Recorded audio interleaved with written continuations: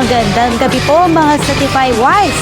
Idinedeklara niya ni teacher broadcaster Reggie Patrano sa edukasyon sa pagpapakatao palitan tatlo na napapasalamat niya sa Panginoon Diyos.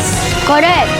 Ipinapasalamat niya ni Regine sa kanyang pagpapakatao niya sa ESP3 na dapat iyong inaabangan para sa kabutihan, pagtitiwala sa Diyos, pangarap na nakamit at tinutulungan na ang mga bawat nangangailangan.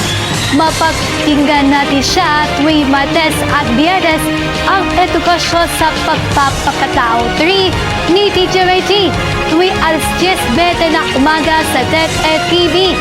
Kung sa isa ka sa matutuparan mo ang pangarap na nagkikiki teacher broadcaster niya.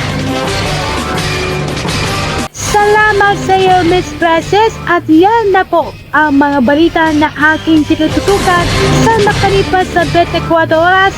Maraming salamat po sa iyo patuloy namin ng pagtitiwala. Mula po sa tahanan ng katotohanan, ako po si Whisper Salinas. Ako po si Shay Marianang, ito po ang GMA. Walang kinikinilan, walang pinagpataktaan, walang kasinungalingan. Walang pahit sa politika, serbisyo totoo po lamang. At dahil hindi natutulog ang balita, Nakatuto kami 24 oras.